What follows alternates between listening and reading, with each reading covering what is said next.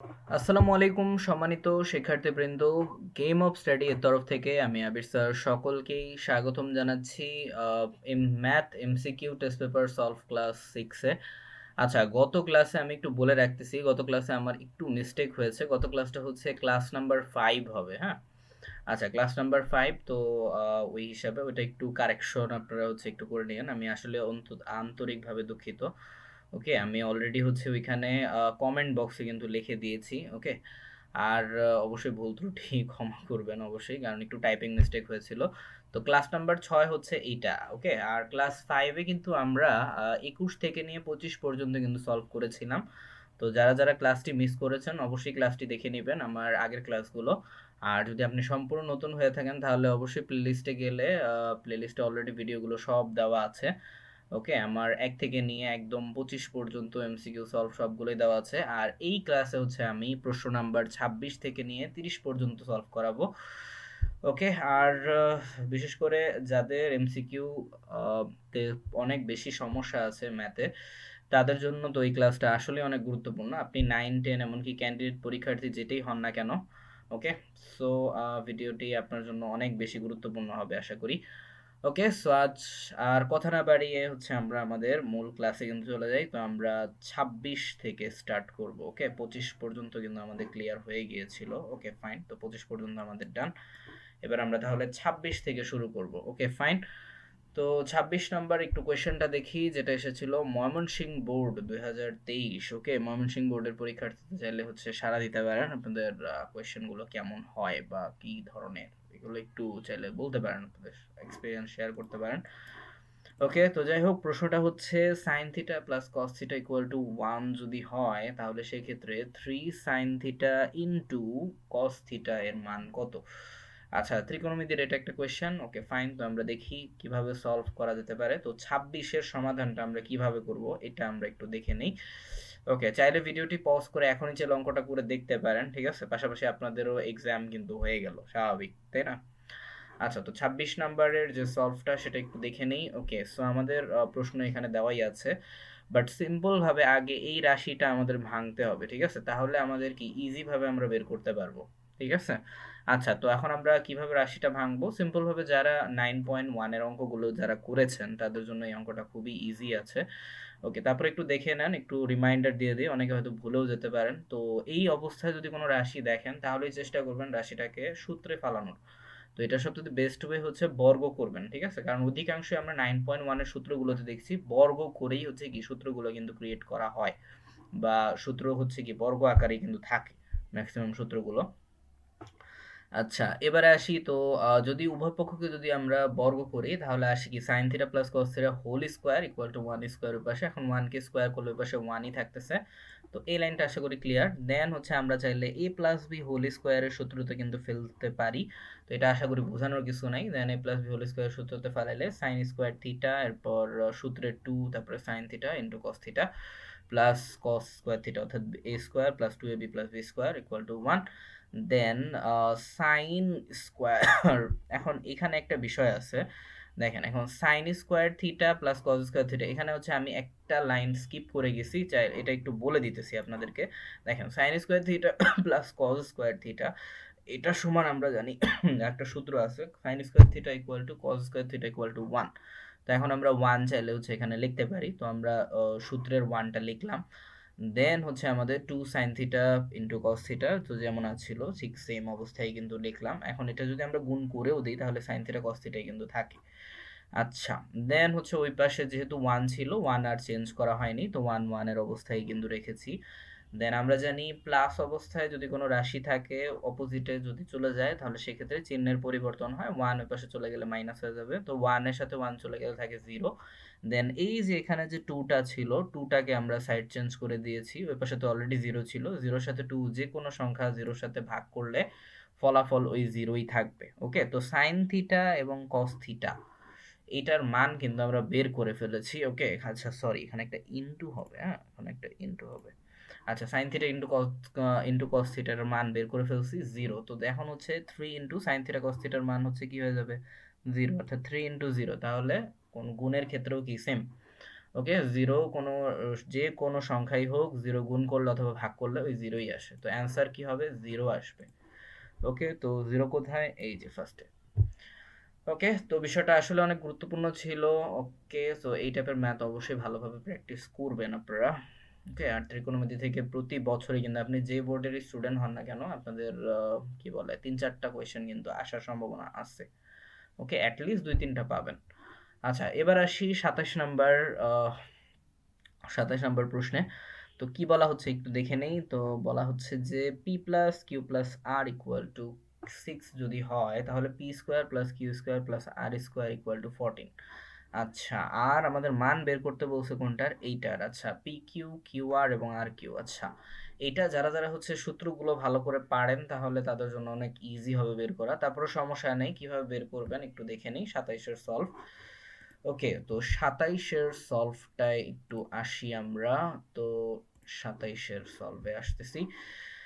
ওকে, so এবার আসি। তো 27-এর এটা হচ্ছে আমাদের প্রশ্ন। তো দেন আমাদের অবশ্যই কি করতে হবে, সবার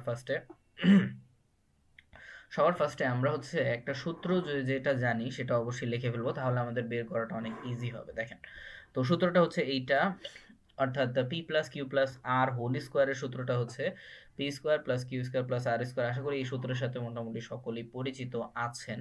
ঠিক আছে, আচ্ছা, সকলেরই জানারই কথা, বাট যারা জানেন না অবশ্যই মুখস্থ করে নেবেন। এটা নৈবেত্তিকের ক্ষেত্রে সবচেয়ে বেশি লাগবে, সৃজনশীল এত বেশি একটা লাগবে না। ওকে, স্কোয়ার, আর এটা হচ্ছে আমাদের সূত্র। হ্যাঁ, সূত্রটা আমরা লিখেছি, এটা সমান এটা, পরবর্তী লাইন। আর দেন হচ্ছে আমরা পি প্লাস কিউ প্লাস আর, এটার মান কিন্তু দেওয়াই ছিল আমাদের 6। এখন সূত্রের স্কোয়ার 6 স্কোয়ার। দেন হচ্ছে এখন আমরা পি কিউ এবং আর স্কোয়ার, এটার মানও আমাদের দেওয়া আছে, কত দেওয়া আছে, 14। ঠিক আছে, অর্থাৎ এই তিনটার মান আমরা কত লিখলাম, 14 লিখলাম, রাইট। আচ্ছা, দেন ওই পাশে 2 এবং যা ছিল ঠিক সেম অবস্থায় রেখেছি রাশিগুলোকে। ওকে, সো দেন হচ্ছে 6 কে স্কোয়ার করলে আসতেছে কত, 36 আসতেছে, 6 6 36। দেন 14 যেহেতু অপোজিটে আসছে, তো এই পাশে নিয়ে আসলে অবশ্যই চিহ্নের পরিবর্তন হবে। 36 14 মাইনাস করে দিব, আর হচ্ছে 2 যা ছিল সেম অবস্থায় কিন্তু আছে। আচ্ছা, এবারে হচ্ছে আমরা যেহেতু গুণ অবস্থায় আছে, তাহলে হচ্ছে আমরা যে কাজটা করতে পারি, এটাকে সাইড চেঞ্জ করে এই পাশে নিয়ে আসতে পারি। যেহেতু আমাদের মান কিন্তু এটারই কিন্তু চাইছে।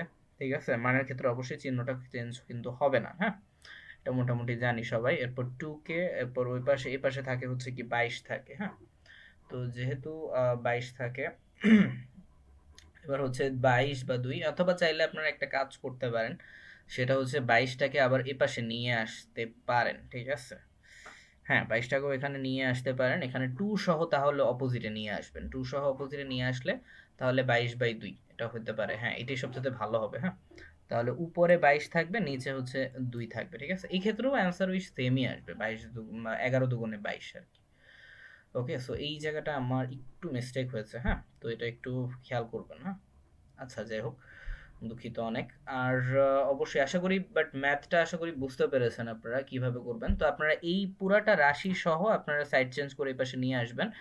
আর অপোজিটে হচ্ছে কি আসে, 22 আসে, তাই না? তো 22 অপোজিটে চলে যায়, আর এই সূত্রের যে 2টা আছে এটাকে হচ্ছে অপোজিটে গুণ অবস্থায় যেহেতু আছে, তার মানে ভাগ হয়ে যাবে। তো 22, 11 দুগুণে 22। তো আশা করি এখন ক্লিয়ার। ওকে, সো 11 হবে অ্যান্সার। হ্যাঁ, 11 আমাদের কোথায়, এই যে 11। ওকে, তো ম্যাথগুলো অনেক ভালো করে প্র্যাকটিস করবেন আপনারা অবশ্যই। আচ্ছা, এবার আমরা একটু 28 নম্বরে আসি। 28 নম্বরে কি বলছে, 28 নম্বর প্রশ্নতে বলছে কোন গণসংখ্যা নিবেশনের আনুমানিক যে গড় সেটা হচ্ছে কত, 16, এবং বিচ্যুতির গড় 1 এবং শ্রেণী ব্যবধান 4 যদি হয়, তাহলে গাণিতিক গড়টা কত। আচ্ছা, গাণিতিক গড় কিন্তু চেয়েছে, এটা অধ্যায় 17 এর পরিসংখ্যানের। ওকে, সো আমরা একটু দেখি এটা কিভাবে সলভ করা যেতে পারে। এখন গাণিতিক গড় যেটা, গাণিতিক গড় যেগুলো একটু আপনাদের বোঝার সুবিধার্থে অঙ্কটা, তাহলে আপনাদের বোঝার সুবিধার্থে আমি হচ্ছে ডিটেলস আকারে লিখেছি, তো যাতে একটু ইজি হয় বুঝতে। তো গাণিতিক গড় এ সমান আমাদের দেওয়াই ছিল 16, দেন হচ্ছে 16, তারপর বিচ্যুতির গড় অর্থাৎ ইউআই দ্বারা বিচ্যুতির গড় প্রকাশ করা হয়। তো যাতে আপনাদের বুঝতেও ইজি হয়, কারণ অনেক সময় আপনার এগুলোর সমীকরণ সহ কিন্তু আসে, অর্থাৎ চিহ্ন সহ কিন্তু, যে বিচ্যুতির গড় কোনটা দ্বারা প্রকাশ করা হয়, তারপরে হচ্ছে গাণিতিক গড় কোনটা, তো এগুলো অবশ্যই খেয়াল রাখবেন।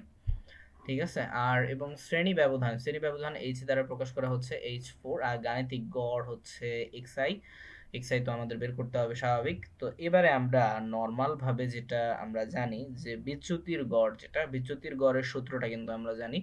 বিচ্যুতির গড়ের সূত্রটা হচ্ছে ui equal to xi minus a by h। ঠিক আছে, এটা তো আমরা জানি। এখন ui যেটা অর্থাৎ বিচ্যুতির গড় কিন্তু অলরেডি আমাদের দেওয়াই আছে, তো ui এর মানটা আমরা চাইলে এখানে লিখতে পারি।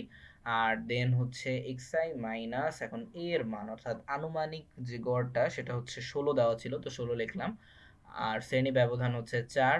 তো এইবার জাস্ট আর তেমন কিছুই করা লাগবে না। এরপরে আমরা যদি কোনাকুনি যদি গুণ করি তাহলে হচ্ছে xi মাইনাস 16 এই পাশে চলে আসে, xi মাইনাস 16 হচ্ছে এই পাশে চলে আসে, আর 4 এর সাথে 1 গুণ করলে ওই 4ই আসে। দেন মাইনাস 16 সাইড চেঞ্জ করলে ওই পাশে প্লাস হয়ে যাবে, তো 16 আর 4 যোগ করলে কত থাকে 20। ওকে, সো 20 হবে এটার অ্যান্সার। তো খুবই গুরুত্বপূর্ণ ছিল এটা। অবশ্যই আপনারা 17 অধ্যায়ের ম্যাথগুলো একটু করবেন, হ্যাঁ, যারা পারেন তাদের জন্য তো কোনো কথাই নেই। যে ম্যাথটা পারেন তাহলে ওই অংশটুকু চাইলে হচ্ছে আপনারা স্কিপ করতে পারেন। ওকে, অথবা হচ্ছে আপনারা চাইলে হচ্ছে ভিডিওটা পজ করে আপনি নিজে নিজে খাতা কলম নিয়ে করতে পারেন। তো এটা আশা করি একটা ভালো বাড়তি প্রিপারেশন কিন্তু হবে আপনাদের জন্য। ওকে, এবারে আসি 29 নম্বরটা। 29 নম্বরটা আসলে অনেক গুরুত্বপূর্ণ, বিশেষ করে আপনাদের যারা একটু তুলনামূলক কঠিন করে যে বোর্ডগুলোতে, অর্থাৎ চট্টগ্রাম, রাজশাহী, কুমিল্লা, তারপরে হচ্ছে যশোর, এগুলো বোর্ডগুলোতে আপনার এই প্রশ্নটা অনেক গুরুত্বপূর্ণ। এছাড়াও অন্যান্য বোর্ডের জন্য আছে, বাট হ্যাঁ একটু তুলনামূলক কঠিন হইলে আমি বেশিরভাগই এই কোয়েশ্চেনটা দেখেছি। ওকে, তো এটা তারপরে হচ্ছে আপনাদের যাদের টেস্ট পরীক্ষা কিন্তু চলবে তাদের ক্ষেত্রে অনেক গুরুত্বপূর্ণ, বিশেষ করে এই এমসিকিউটা।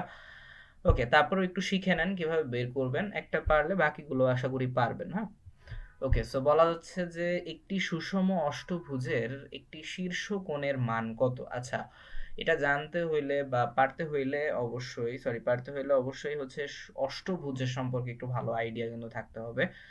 ঠিক আছে, অষ্টভুজের সম্পর্কে একটু ভালো আইডিয়া অবশ্যই থাকতে হবে। তো 29-এর সমাধানটা কিভাবে হবে একটু দেখে নিই আমরা। ওকে, সো 29 এখন অষ্টভুজের ব্যাপারটা আসলে আমরা আশা করি আমরা জানি যে 8টা কোণ থাকবে। ঠিক আছে, টোটাল 8টা কোণা থাকবে, অর্থাৎ মানে একটু চিত্রটা হবে কিছুটা এইরকম, মানে এরকম এরকম করে, মানে 8টার মতো কোণা থাকবে এরকম করে। ঠিক আছে, আচ্ছা আমার ড্রয়িং বেশি একটা ভালো না, ঠিক আছে, তো আপনারা অষ্টভুজ আশা করি বুঝতে পারবেন, দেখতে পারবেন, আশা করি দেখেছেন। ঠিক আছে, যারা টেস্ট পেপার সলভ করতেছেন অলরেডি তারা তো অবশ্যই দেখেছেন। তো এখন একটু বুঝে নেন। এখন অষ্টভুজের পুরোপুরি যদি শীর্ষকোণের মান যদি বের করতে হয় তাহলে অবশ্যই আগে বহুভুজের যে প্রতিটি শীর্ষকোণ সেটা আগে বের করতে হবে। এখন বহুভুজের শীর্ষকোণ বের করার একটা কিন্তু সূত্র আছে, ওই সূত্রটা হচ্ছে এই যে এটা। ঠিক আছে, এই সূত্রটা অবশ্যই খেয়াল রাখবেন।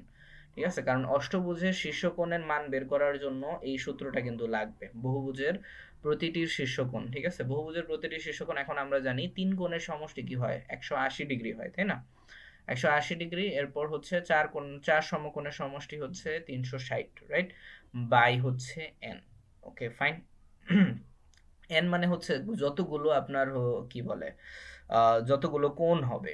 ওকে, অর্থাৎ যতগুলো বিন্দু বা হচ্ছে কোণ যেটাই বলেন না কেন। ওকে, সো যতগুলো কোণ হবে, যেমন অষ্টভুজের হচ্ছে কি কোণ টোটাল কয়টা হবে, 8টা হবে কোণ।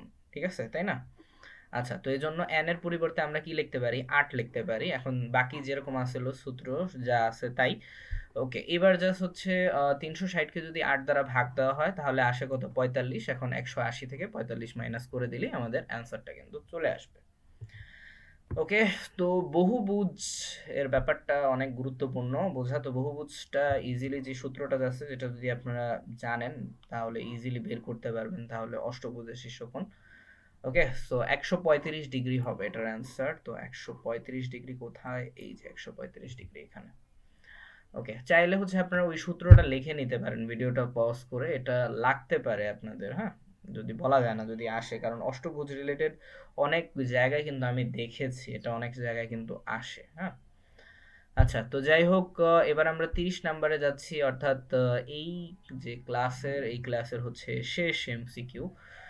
ওকে, সো 6 নাম্বার ক্লাসের শেষ এমসিকিউ, এটা একটু আমরা দেখি। তো বলা হচ্ছে যে 2x plus Y equal to 1 যদি হয় তা এবং x ইকুয়াল টু -4 সমীকরণ দ্বয়ের বিন্দু কোন চতুর্ভাগে অবস্থিত। আচ্ছা, এই যে চ্যাপ্টারটা রয়েছে, এই চ্যাপ্টারের ম্যাথ এমনও আপনাদের অনেক কম করা হয়, এটা আমিও জানি। এটা হচ্ছে অধ্যায় 12 এর ম্যাথ, ঠিক আছে? ওকে, অর্থাৎ অর্থাৎ 12 নামটা আমি ভুলে গেছি, যেহেতু আমি নিজেও হচ্ছে তেমন একটা করাই না, ঠিক আছে? কারণ বোর্ডে তেমন একটা আসে না এই অধ্যায় থেকে। তবে হ্যাঁ, এখান থেকে আপনারা অবশ্যই মানে এমসিকিউ গুলো করবেন, হ্যাঁ? অর্থাৎ এমসিকিউ একটু চতুর্ভাগ টাইপের কোয়েশ্চেন গুলো একটু বেশি আসে, চতুর্ভাগ এবং সমীকরণ এই রিলেটেড এমসিকিউ গুলো একটু ভালো করে করবেন। আর এটা এসেছিল কোথায়? ঢাকা বোর্ড 20-এ কিন্তু এসেছিল, ঠিক আছে? তো খুবই গুরুত্বপূর্ণ, একটু দেখে নেন কিভাবে সলভ করবেন। ওকে, তো দুইটা সমীকরণ দেওয়া আছে, আর এখানে কিন্তু এক্স এর মান অলরেডি দেওয়াই আছে, তার মানে আমাদের ওয়াই এর মানটা বের করলেই কিন্তু হয়ে যাবে। Okay fine. তো 30 নম্বরের সমাধানটা কিভাবে হইতে পারে? তো অলরেডি যেহেতু x এর মান দেওয়াই আছে, তাহলে হচ্ছে কি আমাদের এই x এর মান দিয়ে আমরা চাইলে কি করতে পারবো? y এর মানটা বের করতে পারবো। তো y যেহেতু এখানে আছে, তার মানে এই সমীকরণ থেকে আমরা y এর মানটা পাবো। তো x এর পরিবর্তে আমরা লিখতে পারি কি, এই যে -4, রাইট? ওকে, তো x এর পরিবর্তে -4 লিখলাম, প্লাস হচ্ছে y এর জায়গায় থাকলো, বাকিগুলো যেমন ছিল তেমন। ওকে, আচ্ছা এখানে সরি, এখানে -1 হবে না, এখানে তো +1 আছে। আচ্ছা দুঃখিত, এটা আমি লিখতে ভুল করছি। আচ্ছা, দেন হচ্ছে এখন 4 দুগুণে গুণ করে দিলে -8 থাকে, আর +y=1। ওকে, +y=1। দেন হচ্ছে আমরা চাইলে এখানে y এর জায়গায় রাখতে পারি, দেন -8 ওই পাশে চলে গেলে থাকে হচ্ছে প্লাস, অর্থাৎ 8 আর 1 যোগ করলে হচ্ছে 9। আচ্ছা, এইবার একটু দেখেন, এবার একটু বোঝার বিষয় আছে। ওকে, একটু জুম করে নেই। ওকে, সো এখন আমরা হচ্ছে আমাদের কি বলছে, প্রশ্নতে বলছে যে সমাধান বিন্দুটি, অর্থাৎ সমীকরণটা সমাধান করলেই হবে না, বলছে সমাধান বিন্দুটি কোন চতুর্ভাগে রয়েছে। আচ্ছা, চতুর্ভাগটা বের করতে হইলে আমাদের ছক কাগজে চতুর্ভাগ একটা আঁকতে হবে। তো ছক কাগজে চতুর্ভাগ একটা সিম্পল ভাবে এঁকে নেবেন। ওকে, এটার জন্য আপনাদের ছক লাগবে না, ঠিক আছে? আচ্ছা, তো এটা হচ্ছে আমাদের প্রথম চতুর্ভাগ, দ্বিতীয় চতুর্ভাগ, তৃতীয় এবং হচ্ছে চতুর্থ। আচ্ছা, আমরা সংখ্যাটা কি পাইছি? আমরা অ্যান্সার পেয়েছি, এক্স এর মান দেওয়া ছিল -4 এবং হচ্ছে ওয়াই এর মান মাত্র বের করলাম কত, 9।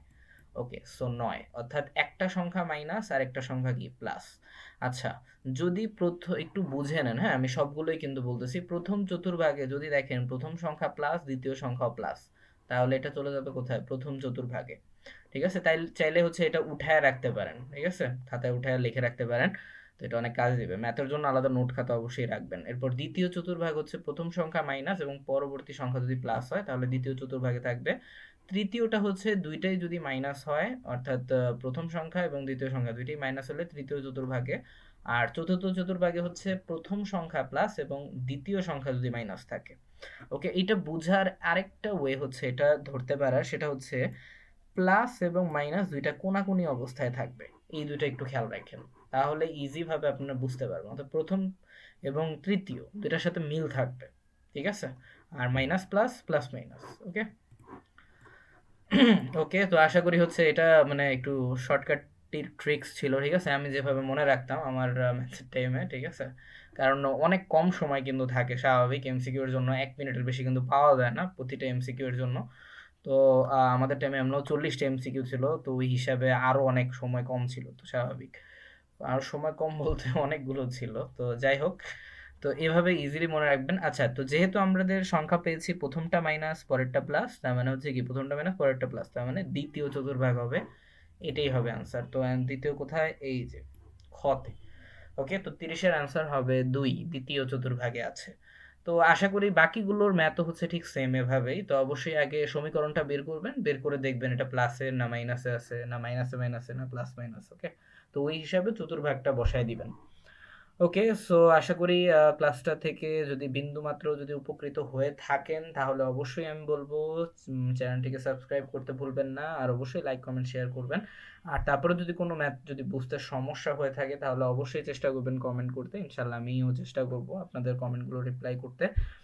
ওকে, ইনশাল্লাহ আমি নেক্সট ক্লাসে, অর্থাৎ ক্লাস নাম্বার 7, অর্থাৎ 7 নাম্বার ক্লাসে আমি হচ্ছে কত, এই ক্লাসে তো 30 পর্যন্ত শেষ হলো, ইনশাল্লাহ নেক্সট ক্লাসে আমি 31 থেকে 35 পর্যন্ত প্রশ্ন সলভ করাবো।